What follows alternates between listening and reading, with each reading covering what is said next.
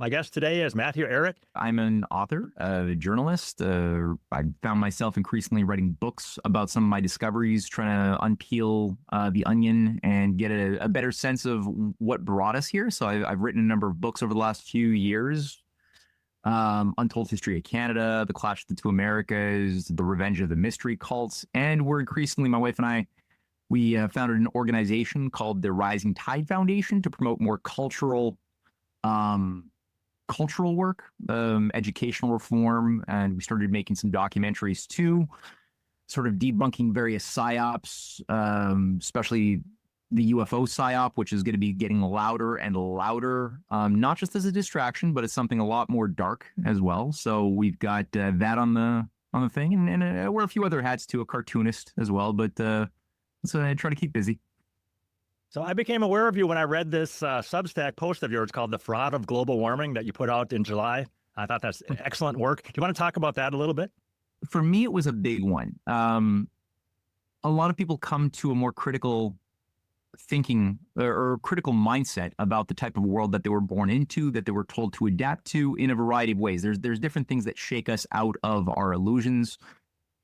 Some people it was 9/11, some people it was the murder of JFK story, some people it was just asking questions like, where do all of the drugs come from and why can't we do anything about that? And then realizing very quickly that there's actually agencies above the sort of mainstream narratives that are driving this shit show in a certain direction. For me, global warming was a big one, because that was something I was taught. It's baked into our education system, and it's gotten a lot worse. I'm over 40 now, but I know that it was already bad when I was a young one in school. But now looking at how younger and younger kids under 20 are being fed this propaganda that human beings are the cause of global warming, that we're burning up the planet, it's traumatic. And when you realize that it's all based on you just start sort of asking questions about some of the core assumptions. Like, is it even proven anywhere that carbon dioxide drives temperature changes in Earth's climate throughout past historical records? And basic questions that we all assume are true. It must be true. Otherwise, why would we want to try to shut off all carbon dioxide emissions? It must be true. It's not true. It's actually, and there's a number of scientific papers peer reviewed that have proven that carbon dioxide is something which doesn't come before temperature changes in deep records over multiple thousands of years of Earth's, climate history. It actually is something which comes after the temperature changes. So there's an increase of carbon dioxide when you have first an increase of temperature, and inversely, when the temperature decreases, we find that carbon dioxide emissions also decrease tens to hundreds of years after the fact on the large scale. So even though there is a correlation, there's been a bit of a switcheroo behind cause and effect. And so then the question becomes what actually causes temperature changes. And then we have to get into astroclimatology, which nobody seems to want to really properly talk about, because all of the money over decades and decades has been poured into studies which only corroborate these mathematical models that all presume carbon dioxide leads in the dance and is responsible for all of our problems. So that was something that really shook me up and helped me think, well, if that's wrong, what else is wrong, right? About how people are thinking in society, and more importantly, how scientific networks, peer-reviewed, academic networks are just as equally corrupted as the political class, if not more so. Because it's often easy for people to say, oh, the political system is just garbage, it's corrupt. That's an easy thing for everybody to kind of agree on, but that couldn't happen if the academic systems were not corrupted first, that justify decisions that have huge political and economic ramifications that transcend many generations. And that's where the question of looking at, well, who cui bono, right? Who benefits by inducing society to shut down the very means of productivity, which otherwise allow us to enjoy a certain standard of living and the ability to sustain a population that previous generations, centuries ago, could never even dream of. And there's no monetary incentive. You're like, oh, the world runs by money. And you're like, wait a minute. There would be more money if they allowed for more industrial growth and more people would make more money. But no, there's something else that's motivating this process along. And that gets us into, again, a slightly darker place when you start getting into what's the logic behind the growth of the green paradigm. So how do you see it? Who really does benefit from this whole fraud of global warming? Do you think deep state, or what are you thinking? Well, I think that those who glorify feudalism might anybody who has a peachy positive view of the glory days of feudal society would benefit quite a bit, since feudalism, if you really look at it, 900, 1,000 years ago, it was a society characterized by what? Most people knew kind of, well, I mean, we're very bestialized, had a very low standard of living. There was a very labor-intensive mode of life for most people who were, by and large, ignorant, who were forbidden from gaining access to how their minds worked. They couldn't be literate. Most people were chattel slaves, who were, if you were born onto a certain estate, then that you were the property of that estate, of the lords who owned that estate, just as much as they owned the rabbits or the deer or the trees on said estate that you were born on. So you were just another piece of property. And you kind of knew where your boundary conditions were. If you ventured off of that estate, you had to get permission from the lord. If you tried to shoot a rabbit, and you did not have permission from the lord, you could be tortured and killed, as was often the case. Your wife was not really so much your wife in the sense that if you're the lord who happened to be the hereditary peer, what have you, the robber baron who owned the castle and owned the estate, liked, your wife, well, he could have his way with her. And there's countless instances of that. So the whole world was animated by ignorance, controlled ignorance, depopulation, human beings who were treated like talking cows, and otherwise distracted by constant warfare. So the Crusades was sort of the environment, this constant, where if you wanted to get out of your circumstance, maybe you could get lucky and become a squire,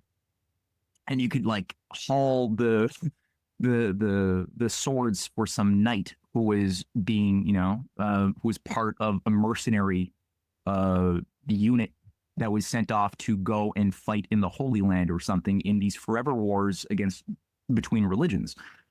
And so it was just forever bloodletting in that sense. And the only people who benefited back then from such a circumstance were, again, those hereditary oligarchs who had enjoyed multi-generational estates, power, and had their own idea of how the world should be wired. And I think when you look at a lot of the dominant power players in today's world, a lot of those noble families, the high nobility, didn't disappear. They're still there with all of their castles, their trusts, their fondies, and there's a hierarchical system of arrangement that protects and enshrines their sort of sense of how the world should be, and there's a disdain for what was brought online by things through the figures who throughout history.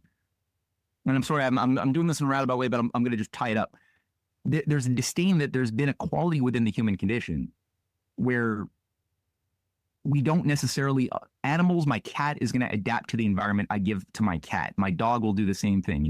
They want humans to behave like cats or dogs that are domesticated, that are well behaved. But human beings, while we often do that when we fail as human beings, we do have this more noble, beautiful quality where we yearn for freedom in a way that a cat will not yearn for. They're much more complacent and satisfied with their getting the scraps that we choose as humans to give to the animals. And there has been a tendency for humans to break free of our limits, to make discoveries into the laws of the universe, and to share those discoveries that we make with our fellow human beings, and to build institutions that allow us greater freedom and reduce the power of the oligarchy to have influence over us, like the very foundation of the nation-state system that grew out of the Renaissance battles earlier on, that created things like the Peace of Westphalia, and that established a new idea of elected government founded upon laws being created by and for of the people's benefit. That grew out of that, that created a foundation for the later American Revolution and the concepts of natural law that were enshrined in that fight. And I think, the oligarchy has been really trying to turn back the tide of history and to just go back 800, 900, 1,000 years into the past where people were properly depopulated, obedient, superstitious, and satisfied with, some material lusts and lower order pleasures, while at the same time being sufficiently cynical about their own human nature, maybe demoralized by bloodshed and hunger, that they wouldn't be really inclined to be that creative and inspired as great scientists have been and great artists have been over the centuries past. So, how about in the case of Mark Carney in Canada? How did he come to power? And he's got this no growth agenda, supposedly maybe to prevent bad weather, prevent Canada from becoming too warm. What's really going on there with him, do you think? I think he's a creature of the system. There's nothing really particularly special per se about Carney as an individual, but I think that he does represent a very vicious type of profile as a very efficient technocrat who found himself early on tapped on the shoulder. He had certain talents when he was brought into Oxford. I mean, he had a special, there's a very higher order experience that one does not get in a community college when you go to Oxford. God knows what type of personal experiences he had while he was there. Chrystia Freeland around the same time had a very similar experience in Oxford too.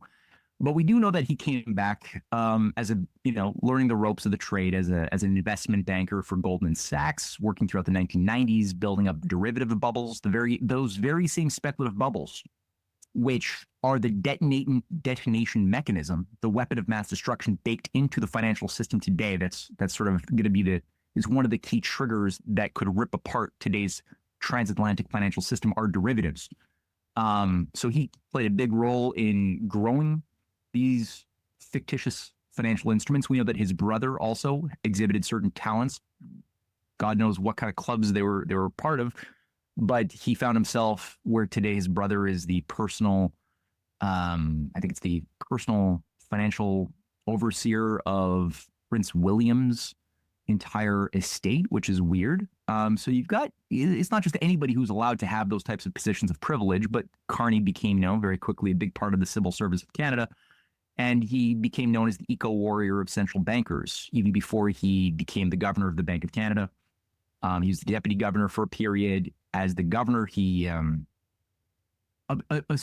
propaganda campaign seemed to have already been underway to paint him as the role model of what all bankers should be and what all Canadians should respect. And he was, that's the reason why Canada got through the financial crisis of 2008, 2009, was because we had clean conservative banking represented by the clear and level head of a Mark Carney. And that the propaganda was very loud, and he was rewarded.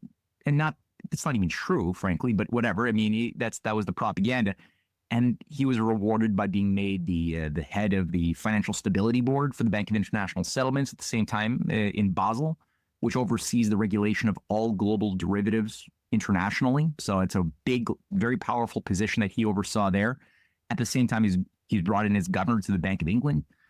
And so again, that's the first Canadian ever made a governor of the Bank of England. Once more, you have to be pre vetted. And he, during that entire time, was setting the stage for several things. Like, he was already programming or building the response mechanism for the financial crisis that he was a part of building up. So he's part of creating the system of a financial crisis on the one hand, and creating those things that would be used as triggers to deal with that blowout. Number one being the bail-in mechanism. Bail-in mechanisms is something that he played a key role in innovating, which was baked into the Canadian Bank Acts in 2016 that gives authorization to the big five Canadian banks to essentially confiscate bank deposits in a time of a systemically important too big to fail bank going into a crisis. So rather than getting a bailout from the outside, it's now the logic is, well, it's more moral to just confiscate the money that's already there and make the depositors co-owners of this bankrupt bank. Great. So that's going to do a lot for bank confidence. No, it's going to create a bank run. The other thing was promoting what are known as the central bankers' climate compacts to promote things like the Paris Accords, the idea of putting dollar values onto reductions of carbon emissions in a variety of ways, carbon caps being one of them, but there's a number of ways that he had innovated doing that. So these are all things that he has advanced, and I think he's sort of just of a certain type of profile we've seen in many instances. We made a documentary of him not that long ago that we released on our website, of similar high-level managers, Canadian managers for the oligarchy, like Maurice Strong earlier. There's been a number, Vincent Massey earlier on, even the head of the Canadian Roundtable before and during World War II and a little bit afterwards. So there's a whole profile of certain types of Canadians who are groomed, incubated, and then given certain responsibilities on behalf of an empire that isn't even based anywhere in North America. And that's just an interesting observation that I've made about Carney. Do you think Carney himself still has this dream that he's going to be able to control Canadians using the whole carbon scare, or is he figuring out that it's not going to work and he's got to move on to something else? I think he's it's not that he's discovered that it's not going to work so much. It's that he's a pragmatist. I don't think that he necessarily believes in global warming. I think he knows the science of it is based on bunk science, but for political reasons, it's a necessary thing. It's a necessary organizing principle. The belief in the idea of man-made global warming is a necessary belief around which political power can be projected and get people to willfully become the tools of their own enslavement and destruction.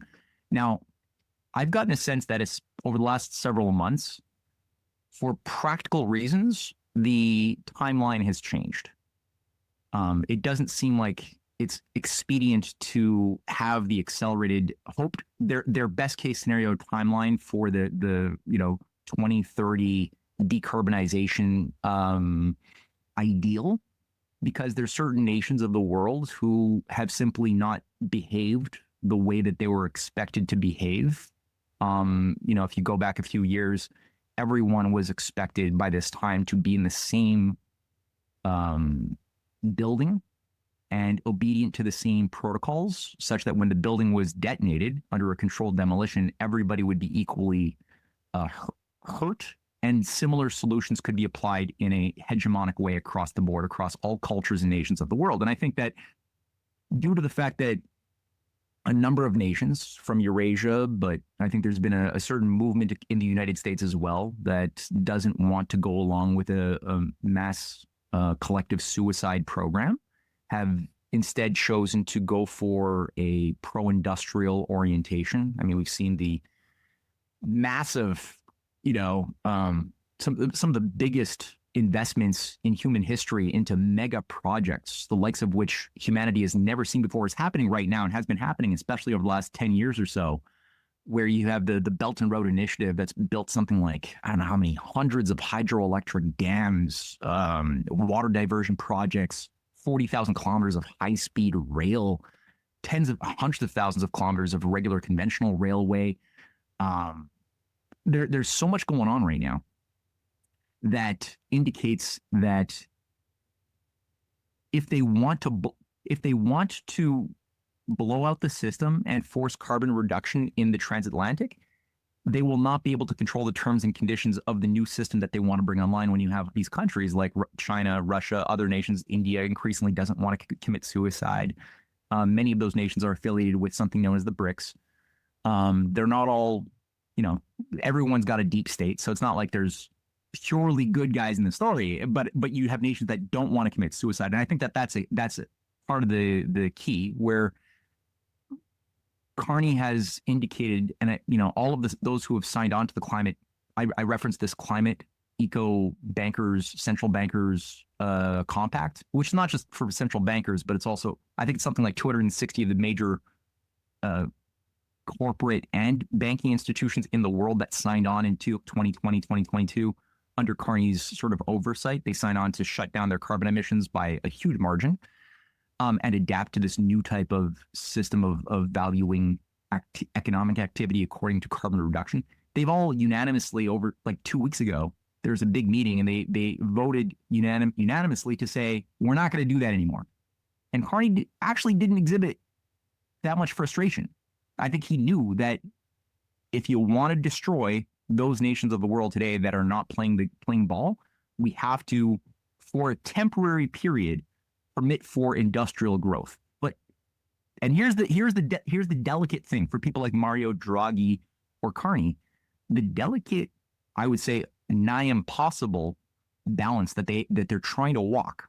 Maybe they can do it. I don't think they can, but maybe they can. I don't know. But it is that they want to allow to utilize the natural resources that have been hitherto prevented over the past decades by the eco agenda across North America, especially in Canada. There's so much water resources in Quebec and Alberta, and so much, rare earths, natural gas. The Arctic too is replete with all sorts of high value minerals that are not accessible because we have no rail, we have no roads. We tore what little we had down. But I think they want to try to tap into it and have it directed as much as possible to military industrial purposes with as little benefit to the civilian economy as possible. So they're trying to create sort of a two-tiered economy, where on the one hand you have an AI, an artificial intelligence management system to control a grid for the plebes, while at the same time allowing for bursts of high-tech progress and industrial growth that we haven't seen in a very long time. Since before I was born, we haven't seen that type of thing, but they're trying to have that devoted principally to military purposes and not anything else. So I don't know how possible that walking that balance is, but I think that's the guideline they're trying to do both in Canada as well as in Europe. So Alberta is one place where they're not buying the climate scam, and maybe even thinking about separating. The climate scam might be part of the reason of separation. Yeah, that's a big one, for sure. They're more the Albertans, and I go to Calgary quite frequently and adore speaking to Albertans. It's one of the few places where I feel a culture of true patriotism and citizenhood that I don't experience in other parts of Canada. And it's a breath of fresh air. It's good for my soul. A little bit of the common thing is that there is still a real economy there where people work real jobs in the real world and are thus less ignorant about basic science of energy, basic science of like what does it take to make the world work in the metropolitan city centers of the east of Canada, but also Vancouver, and you can go to a lot of these big, more decadent city centers where white collar economic practices have become more hegemonic over the past decades of being in a consumer society. There's such a psychospiritual detachment from reality. People just they think their cornflakes come from grocery stores. They think they have no concept. They think that windmills can somehow make all of the joys we have, or all of the benefits we have in our current economy and the lifestyle that we expect to enjoy. We think they actually are taught to believe that windmills can make that happen, that solar panels can make those things happen. Scientifically, it's not true. It's on so many levels. These things we're told are green energy, utopic solutions to all of our problems won't even come close to sustaining the lifestyle that we would expect in a first world society. And yet, if you were actually in a blue collar world where you're making things, where you're thinking about, when you look at a cup or you look at a plastic thing that I use to spray plants, I'm not just thinking that this grows out of a store. I'm thinking about the petroleum products that go into making the plastic. I'm thinking about the productive system, the machine tools that are behind making the machines that make the product. That, there's a whole web of interconnectivity and that's just something that a healthy society should be thinking about. And Alberta is one of the places where it still exists in some measure. Thank God. Though, again, there's concerns I have there too. But overall, that's where the greatest hope I see coming out of anything revolutionary is happening in Alberta. Do you think that these elite people who believe that the food comes from a grocery store, are they beyond hope, or is there any chance that they will figure this out, or do we need some sort of huge disaster to make them figure it out? Tough one, eh? You wonder. I don't want to say yes, because it's like, what kind of disaster, or what scale and magnitude of a disaster do I think people need to be shaken up out of their illusions? Is some measure of discomfort necessary to kick their ass and get them to realize that the beliefs that they thought were reality are not? Yeah, it clearly has to happen. But it's so difficult, right? These types of questions, because our society has fallen so far. It's fallen so far. We've let it get so bad. And at what point does the necessary spanking become a decapitation, right? And you don't want to. It's hard to know, like, well, how far can it go before where something good can come out of the pain versus it becoming something unbearable that could just go beyond the threshold of reason into civil war and complete population collapse, the likes of which we perhaps have only seen during the little dark age of the 14th century. Or the big dark age, maybe. I don't know. Like it seems like we're a bit of a precipice where it's too easy to imagine really big cataclysmic things happening while the system economically is breaking down systemically. It's not like a localized thing like in Weimar Germany in 23 that was much more localized, or in Zimbabwe, over the last 2 decades, the hyperinflation was localized.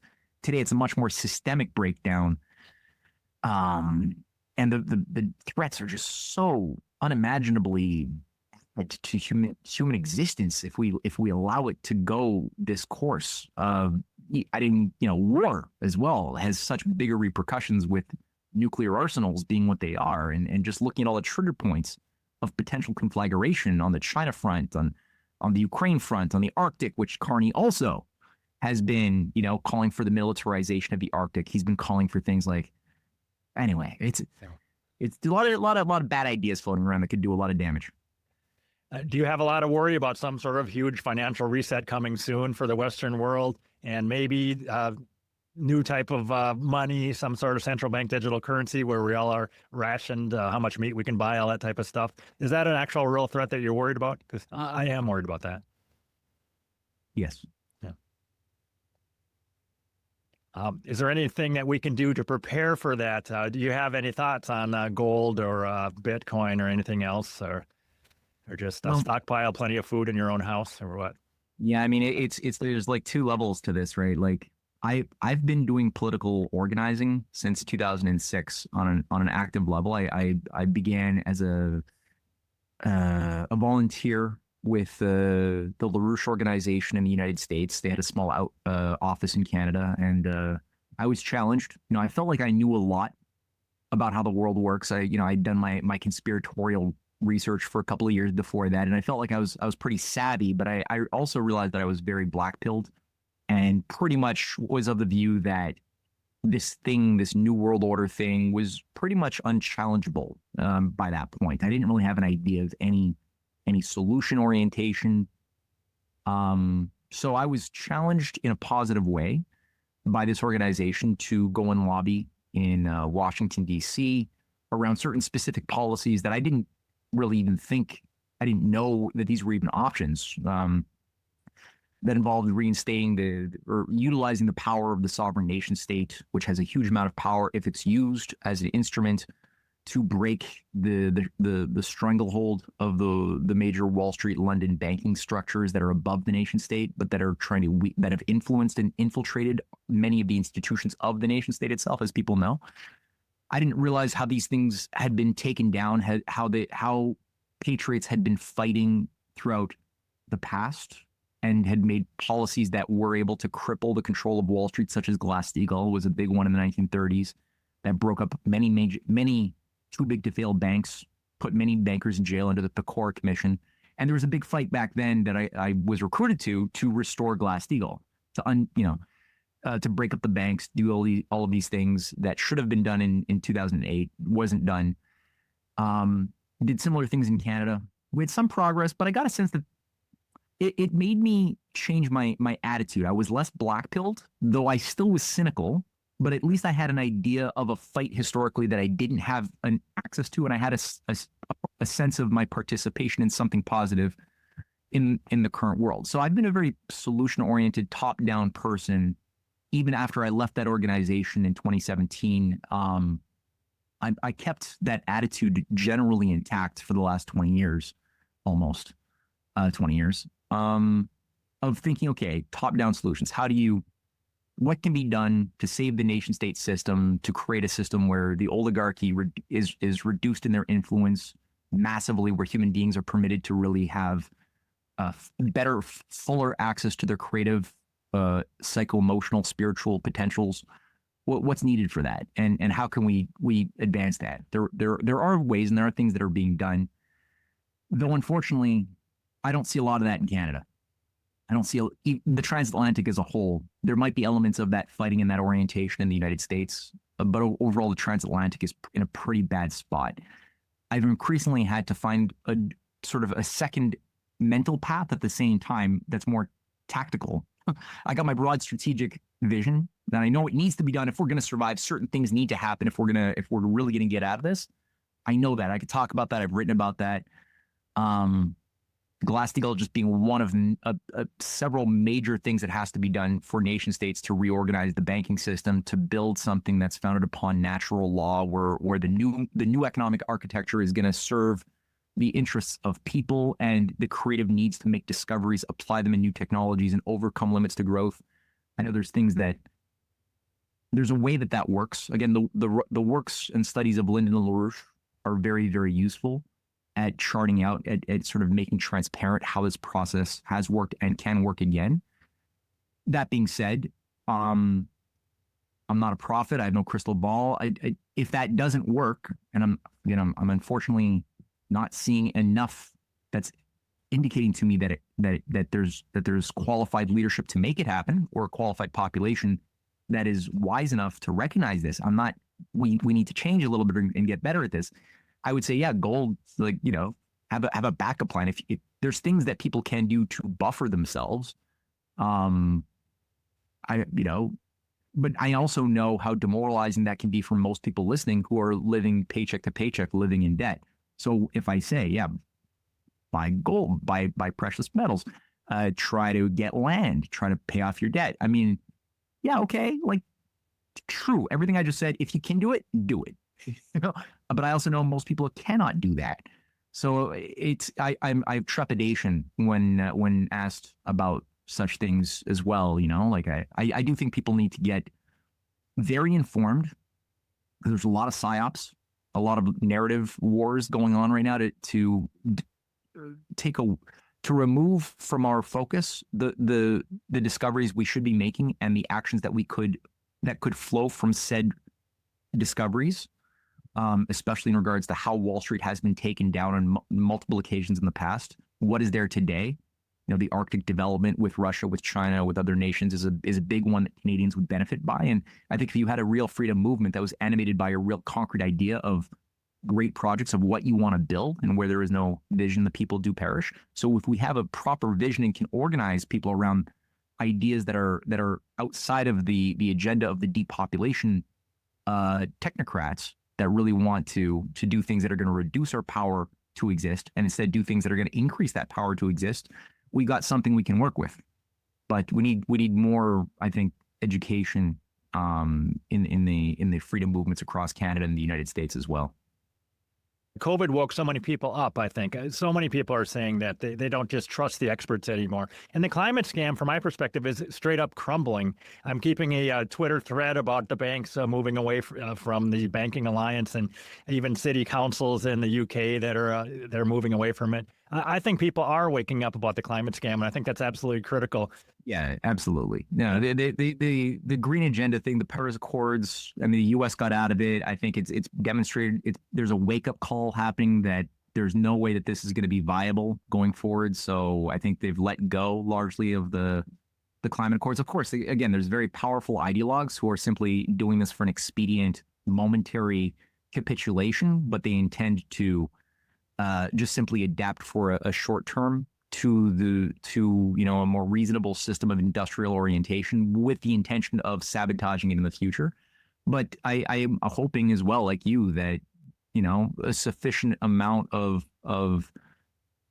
positivity is going to result from this that will wake even more people up to the fact that we were living in a bad dream, and that we need to get back to fundamentals about how productivity, how life, how economics is supposed to be wired, that we don't permit those so-called representatives who have created such a disaster to our economy over the past decades, we don't permit them to do the same thing again. So hopefully that works out. Do you think we are in the fourth turning? And if so, where do you think we are in the whole fourth turning thing, the bad times followed by the good times?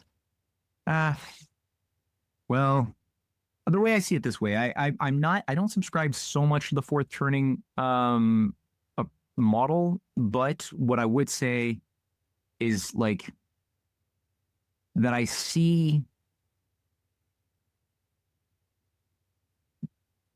try to look at history kind of like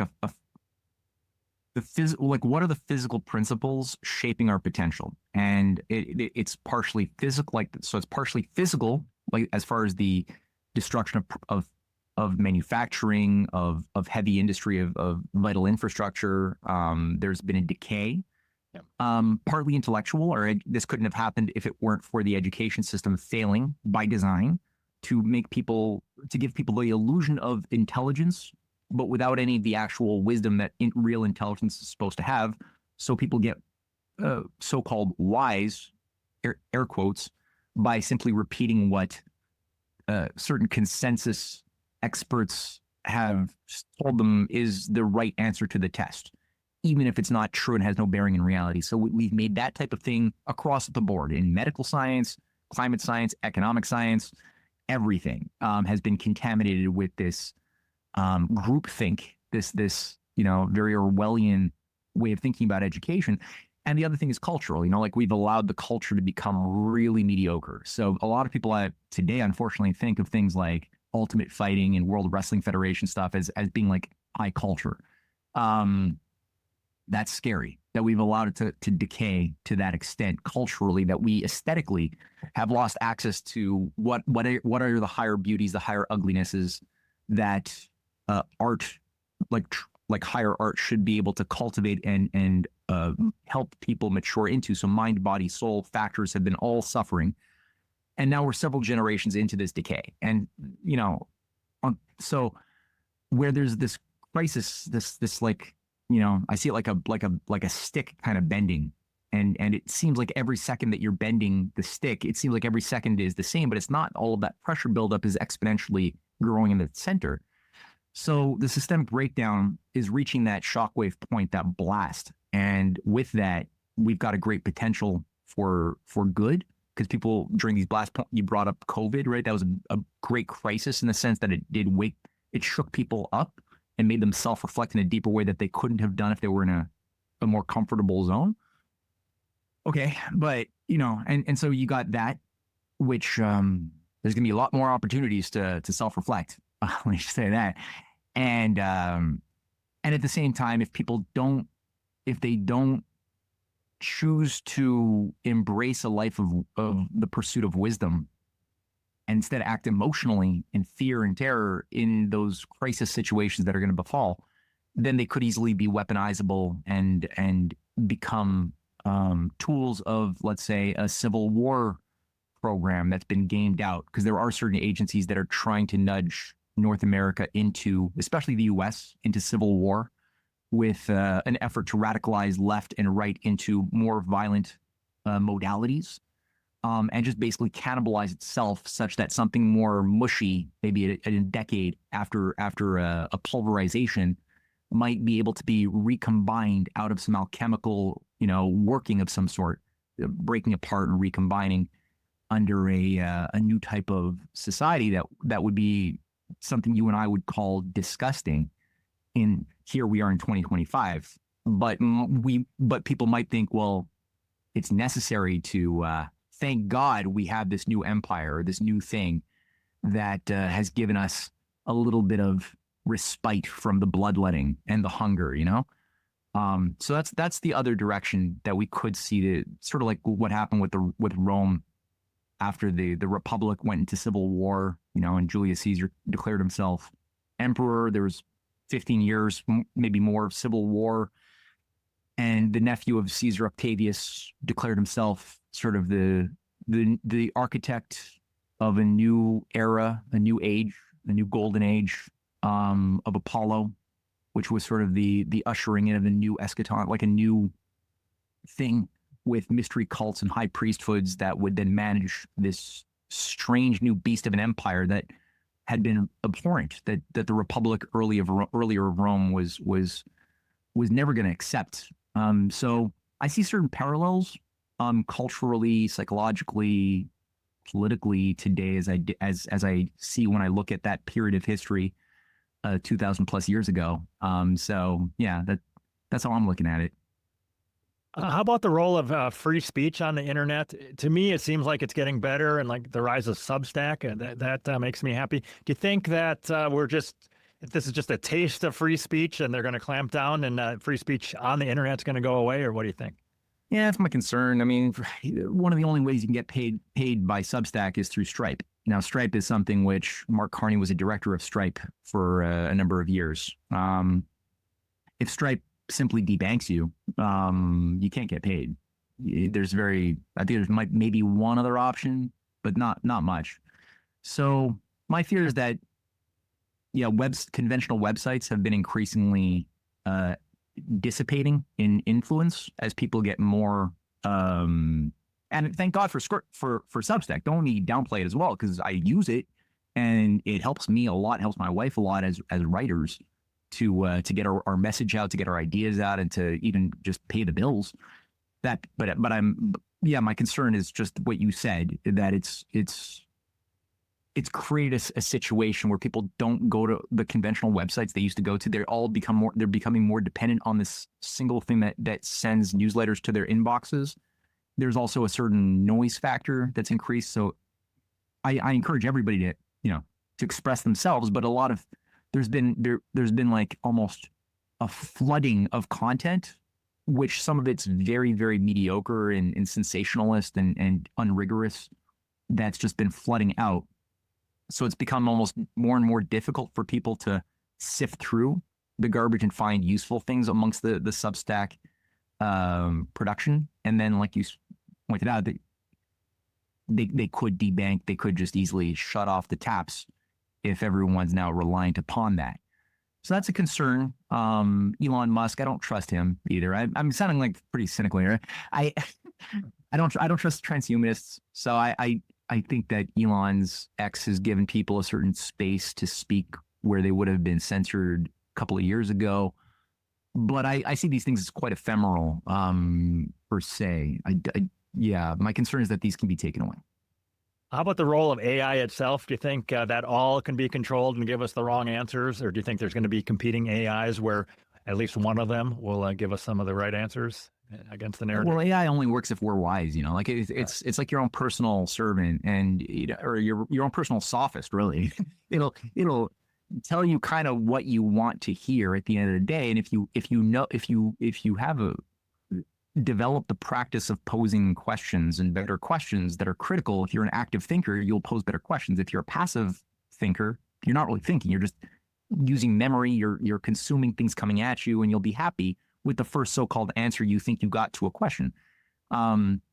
So if that's the case, you got a slave society that will be dominated by AI and whoever is creating the programs for AI and their preferred definitions. If you have, a society where people know how to use their minds, then they will, use AI as a tool that will serve them well.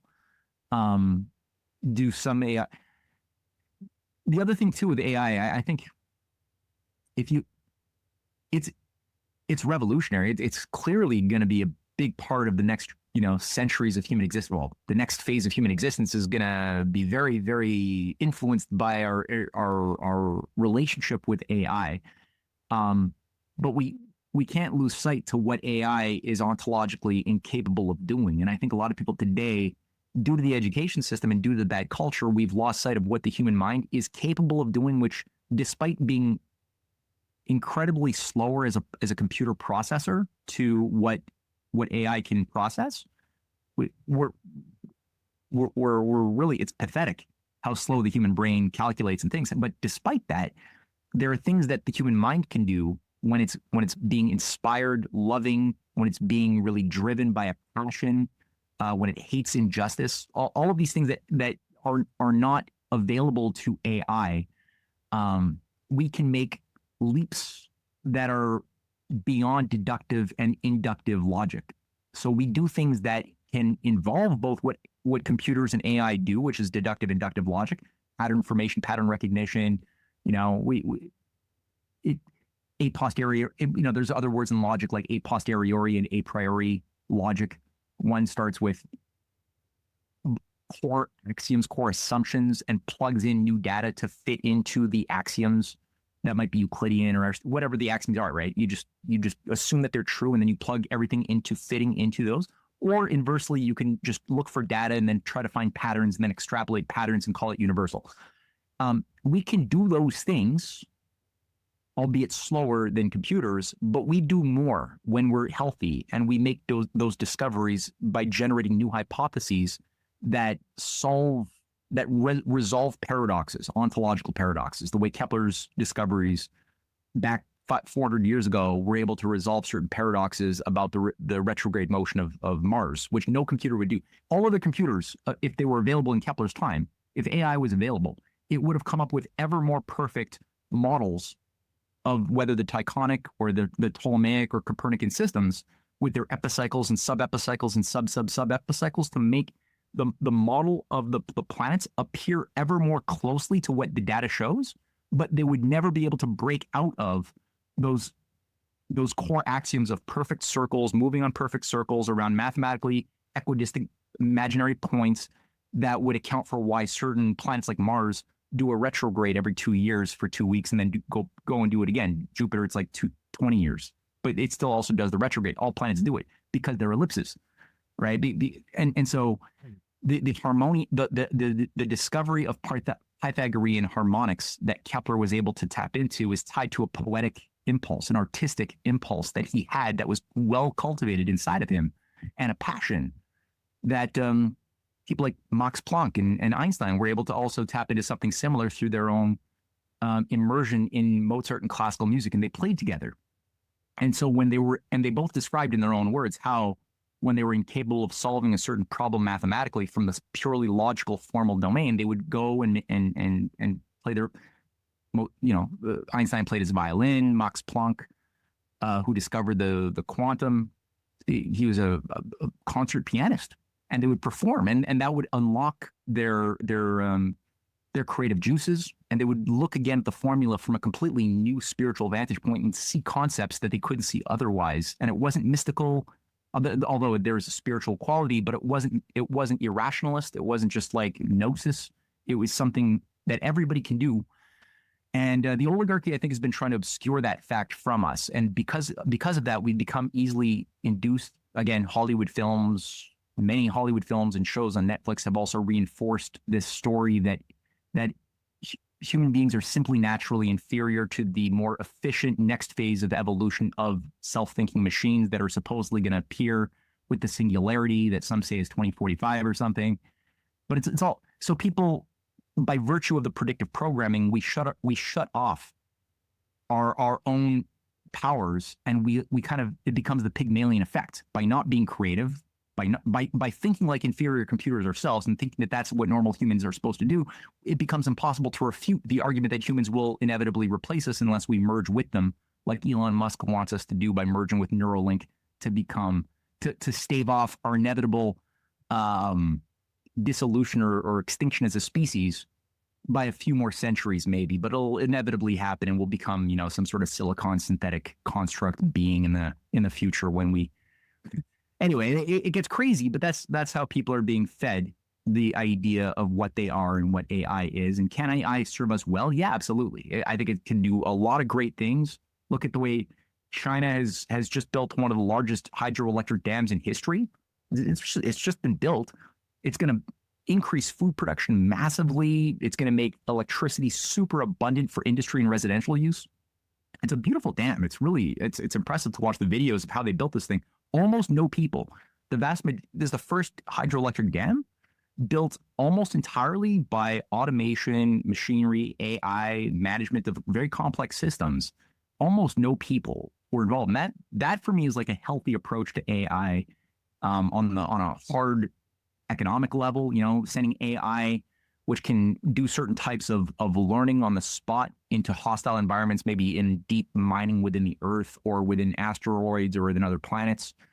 That's useful, where you don't want to put a human being into a fragile environment. Having, systems that can kind of learn on the go a little bit, that's good.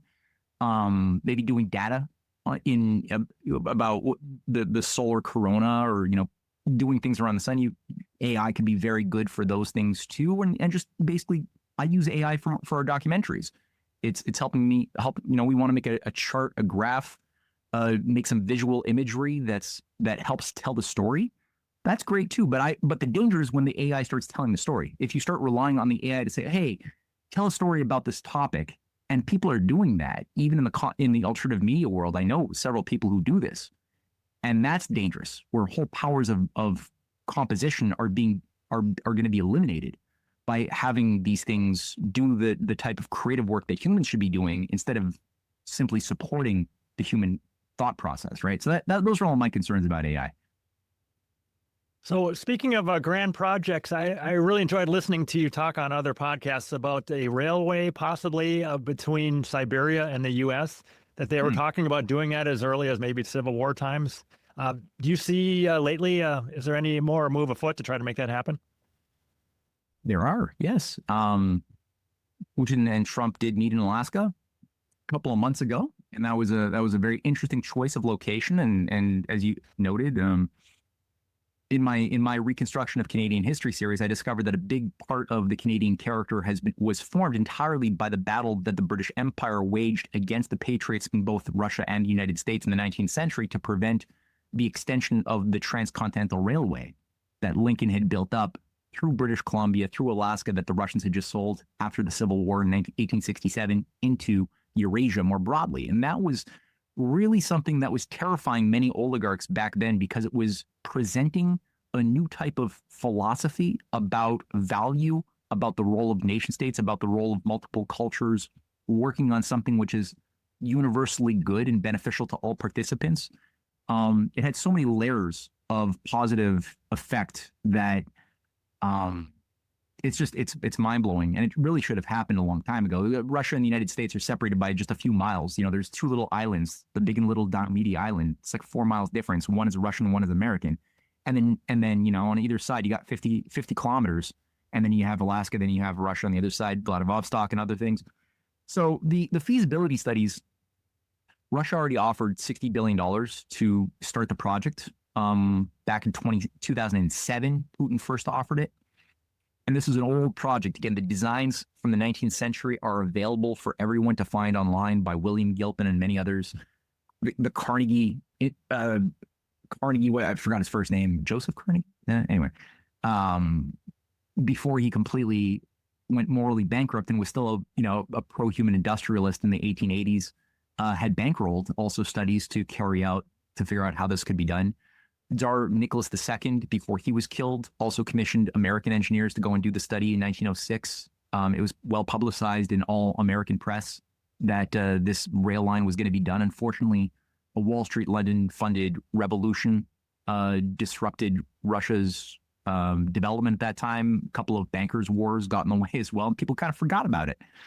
It revived a little bit under FDR and Henry Wallace, his vice president, with their Russian counterparts and Chinese counterparts, who did bring it back during World War II as the foundation of an international New Deal for many countries to enjoy the success of what the U.S. had enjoyed in the 1930s and 40s for major economic development. And the Bering Strait was supposed to be the sort of the driving force of that new spirit to get beyond a world of empire. Of course, that didn't happen. We instead got a Cold War. FDR died, probably poisoned. All of his allies were purged, called red commies, and their careers were wiped out in the 2 years after Truman came online and created the CIA. So a lot of this was held back, but now we are seeing a discussion. Dmitry Kirilov. I think I just mispronounced his name, but Putin's special envoy to the United States has made a point in releasing some of the JFK or the files pertaining to the murder of JFK that the Russians tried to present many years ago to the United States. The U.S. back then, I think this was under Bill Clinton, rejected those offers for the Russians to share the files, the evidence that they had that there's more to the JFK story than what was being told. Many of those files have been represented. This time they were accepted by the U.S. counterparts. And among the files, there was a drawing made by a Chinese American engineer in 1962 or so, featuring the Bering Strait Tunnel, and the media actually has covered this idea of reviving it once more. And many Russians are for it. I'm about to go to Russia in a couple of weeks to present actually on my work on the Bering Strait program. We made a documentary promoting it, going through a lot of this history. And so there's a huge amount of receptivity. It's in all the mainstream press all over Russia. It's been like that now for a number of years, but it's really accelerating, and it's a great. And also China has made an offer in 2014 with the Russians to build the Bering Strait, but Obama didn't want to have anything to do with it. That offer, I think China still wants to do it, and they want to see America and Canada have adopted different character than the degrowth, anti-industrial orientation that's been driving us into insanity for decades and decades. They want to see us become good again so that we could be reliable, cooperative partners with them. And I hope that honest brokers of this are available and are not actually just trying to seduce China and Russia in order to pull the rug out from under their feet at a later occasion. But I do hope that this is a real thing. We'll find out. Okay, very, very interesting. We're coming up to the end of our hour here. Do you have any other points you want to make here before we go ahead and finish up? Man, we went through a lot today. Boy, well, I think I've given people, there's a lot to chew on there. I guess one thing is that my wife and I, we just made available for public for free our newest documentary. I'll say that here. That's what I'll throw out there. So it's been behind a paywall now for many months, but we finally we decided to make it freely available. It's episode 4 of The Hidden Hand Behind UFOs. This one goes through the Roswell and the creation of a new legend, and just basically goes through how this whole legend of Roswell, which is sort of the backbone of the UFO disclosure movement, has been artificially created since the 1940s, early on as an operation which is tied to some occult agencies that have infiltrated our intelligence and military institutions, as well as academia. It's tied to the Rockefeller family, especially Lawrence Rockefeller. It's also tied to what was MK Ultra and still is under a new iteration, which is where all of our drug culture, psychedelic culture emerged out of the CIA, MI6 tools of power of the Cold War. That didn't disappear. And it has a lot to do with the creation of a reset of world religions around UFO gods. So that's available for free now. People could go and check that out on either CanadianPatriot.org or our YouTube page, Canadian Patriot Press on YouTube, and they'll find it pretty easy right up above. There's also the previous 3 episodes that are also available. And we're working on number 5 right now. Thanks a ton. I really enjoyed just preparing for this and hearing you speak for hours. It's great stuff. You're interesting. Hey, cool, man. I'm glad you enjoyed it. All right, take care. Thank you very much. Talk to you next time.